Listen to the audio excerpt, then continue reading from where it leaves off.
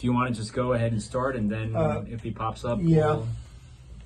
'cause we got the three corners. Hey, Sharon, maybe Roy can give you. She can't see how to get the video going. Okay, are you on your cell phone or a tablet? Cell phone. Cell phone. So when you get the invitation, it asks you to authorize your camera to use. Were you able to do that? You can go ahead and leave the call and then join back in. And when they ask you about using the camera, say yes. Yep. Try that. Okay. Okay. Right. Well, we'll give your name and everything. Don't worry, Sharon. I'll show my face. I'll show my face. All right. If you guys are ready, we're going to get started. Yeah. And maybe you can be on the lookout for. Yeah. I'll be able to see. Okay. Hi, this is Rick Elmhorst along with Roy DeJesus, and thank you so much for listening to or watching this edition of To the Point Already. Roy, I usually don't like the word crisis in the political sense or the news sense because it's overused. Everything is a crisis, okay? However, we have, I think, a crisis with property insurance, particularly with homeowners insurance here in Florida. The legislature is getting ready to have a special session to deal with this. And right now, I'm a renter.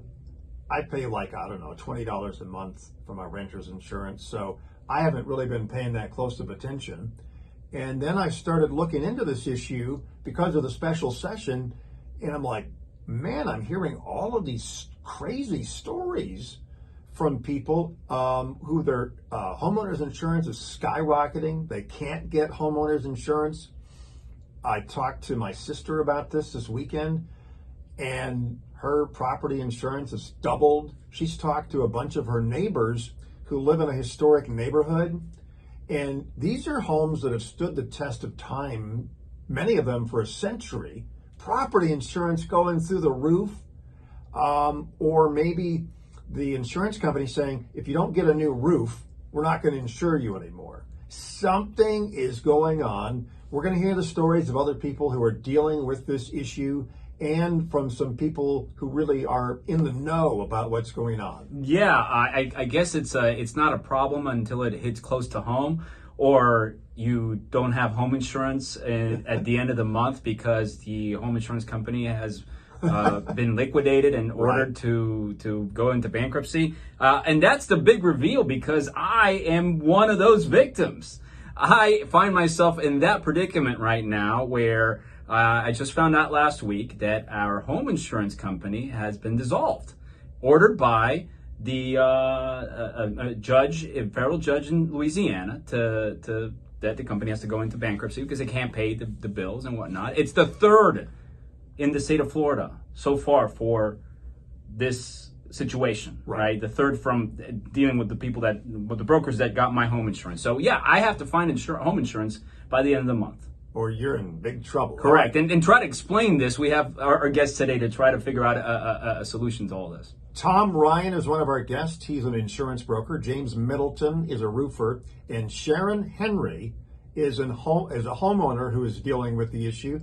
Thank you so much for joining us, everybody, on To the Point Already. I want to start out with Sharon Henry.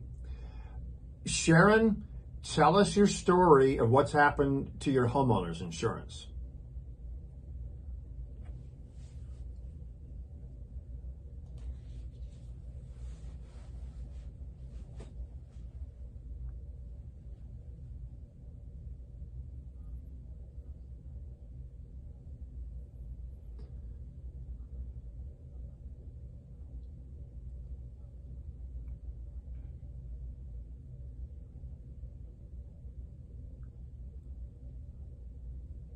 Wow.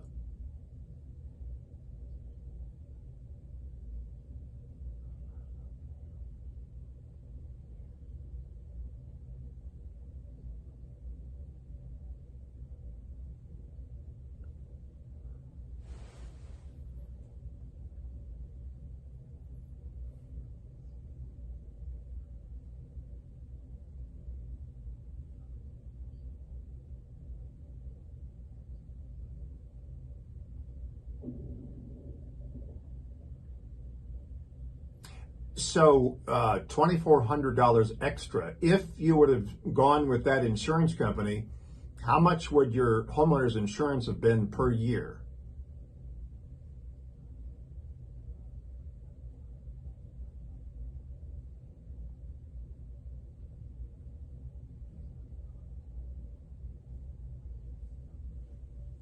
Wow.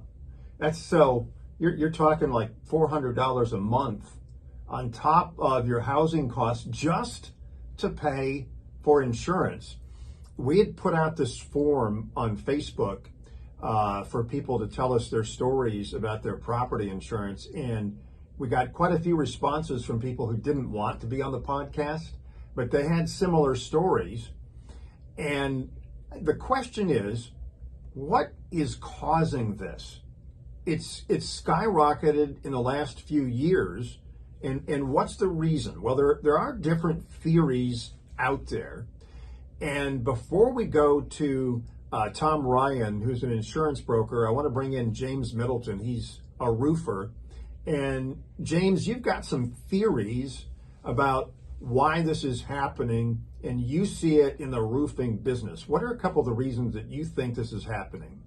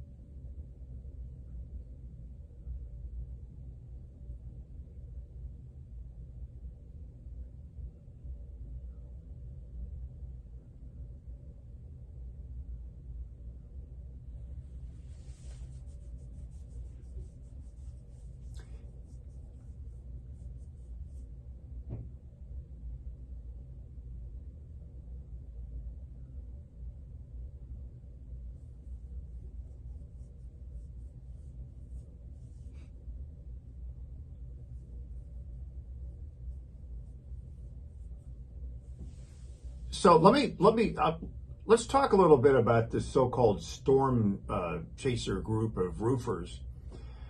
How does that work? Do they see that maybe there's a tropical storm or some recognized official weather event? They canvass a neighborhood and they talk to the homeowners and then try to gin up a claim where maybe in a normal circumstance the homeowner wouldn't even think about it, or if they went up on their roof and saw, okay, there's some shingles that need to be replaced, they'd replace a few shingles and be done with it. But that's not what's happening in a lot of cases now, you're saying.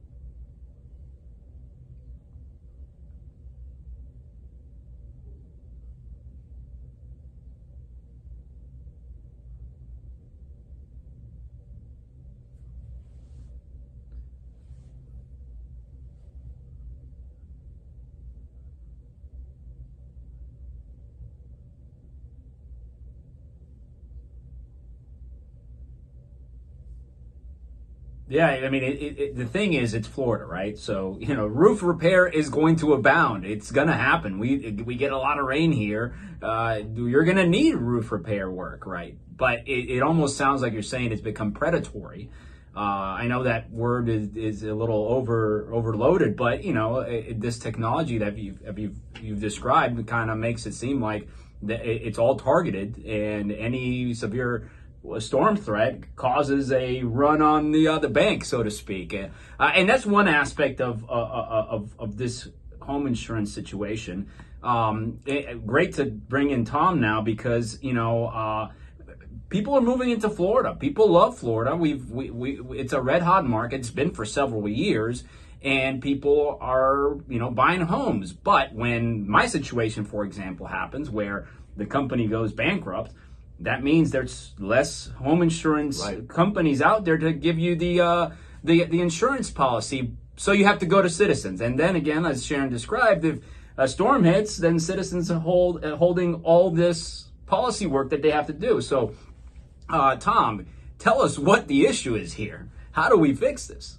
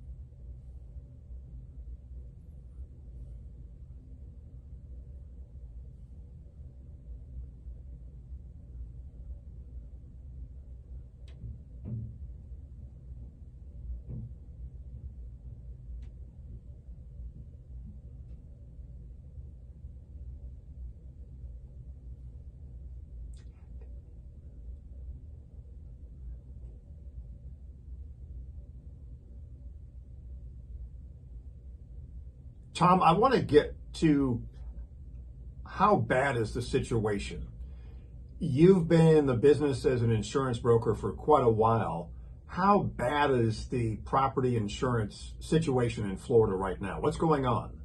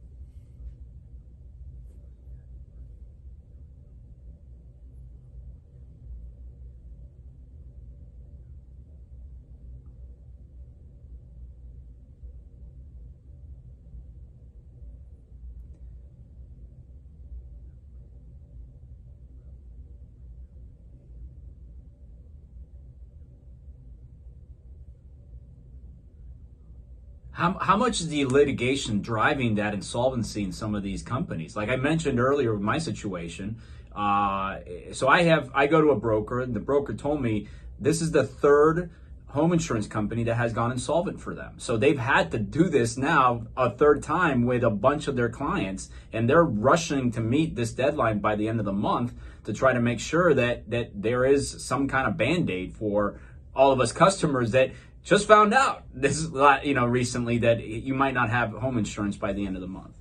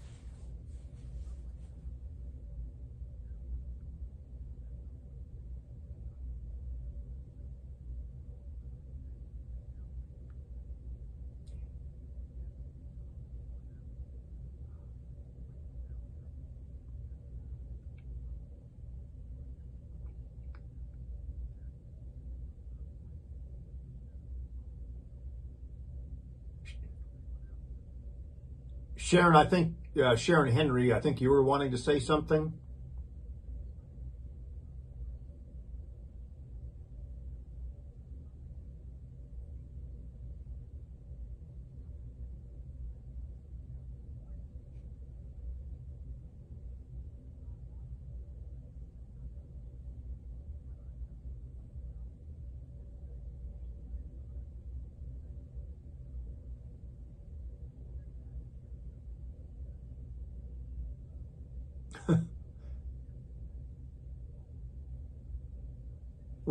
Those kind of interactions are happening. Without any knowledge of how good of shape your roof was in or not, or what had happened to it.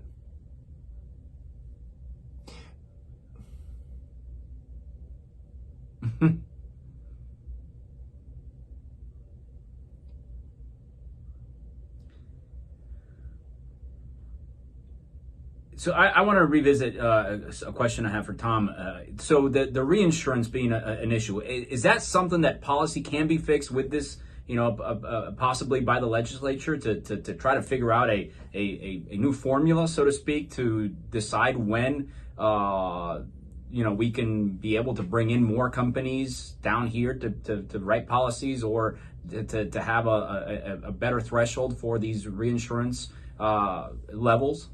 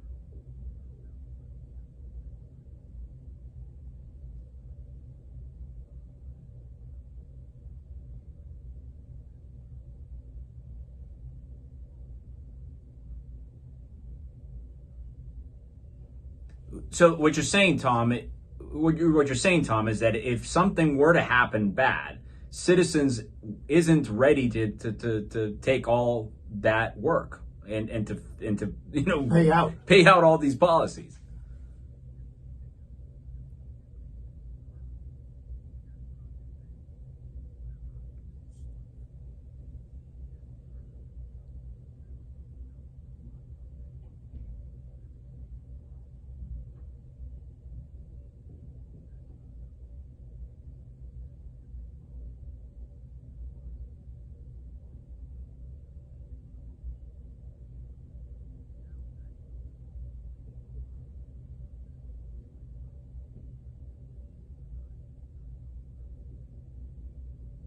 What? Let's talk solutions.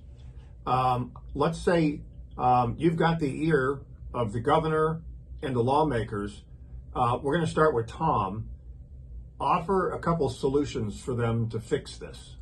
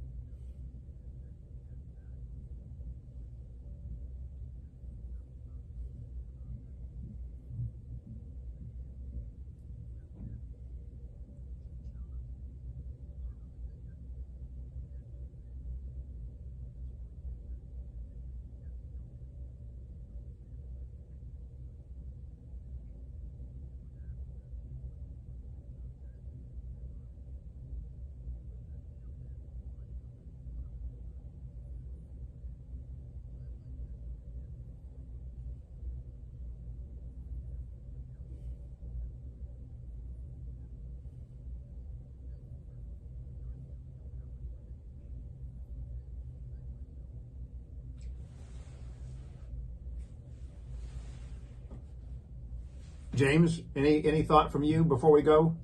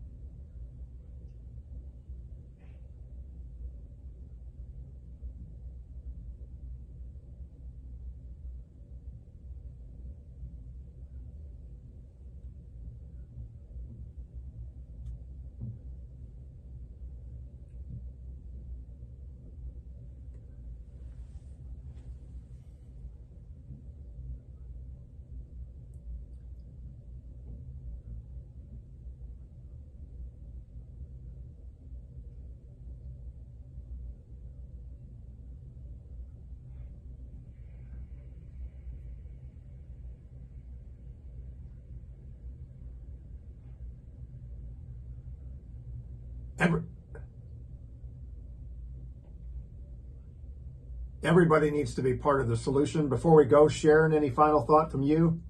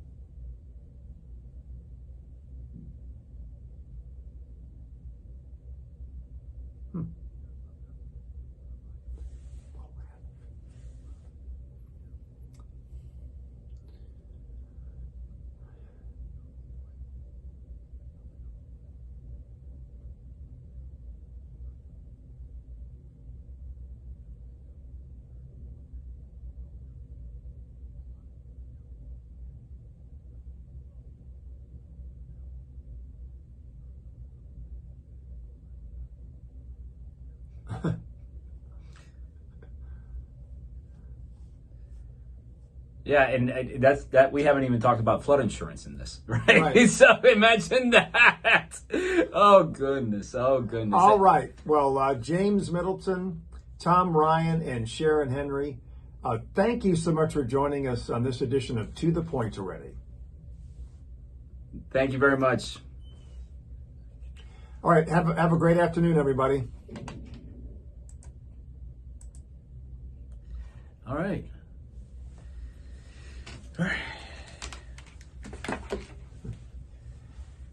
This is the Point Made section. Yours? Or you? This is the Point Made section of To the Point Already, where Roy DeJesus and I are breaking down our thoughts on the podcast point by point. Roy, one way or the other, this situation is going to get worked out to make the insurance companies solvent. We're going to have some type of reforms, or everybody's prices are going to continue to go way up. Hopefully, they'll come up with a solution so plan B is not what we go to, higher prices for everybody. And you don't like to use the word crisis, but in effect, there's a lot of people that are dealing with uncertainty at this moment, and people that are buying new homes in Florida have to deal with a higher sticker price than they did a year ago, right? 6 months ago. So yeah, it's a problem and I was talking to Tom before about he gets yelled at a lot because he's the broker and he's trying to help people, but he's bringing them a sticker shock. It's a problem that everybody has to pitch in to try to resolve because, like I said, it's not a problem until it hits home. And for me, it has, and for many people too. Alrighty. I did not reveal who my broker or the insurance. It's Lighthouse. It doesn't matter. Those people are out of the state now. Yeah. There's nothing you can do with these people now.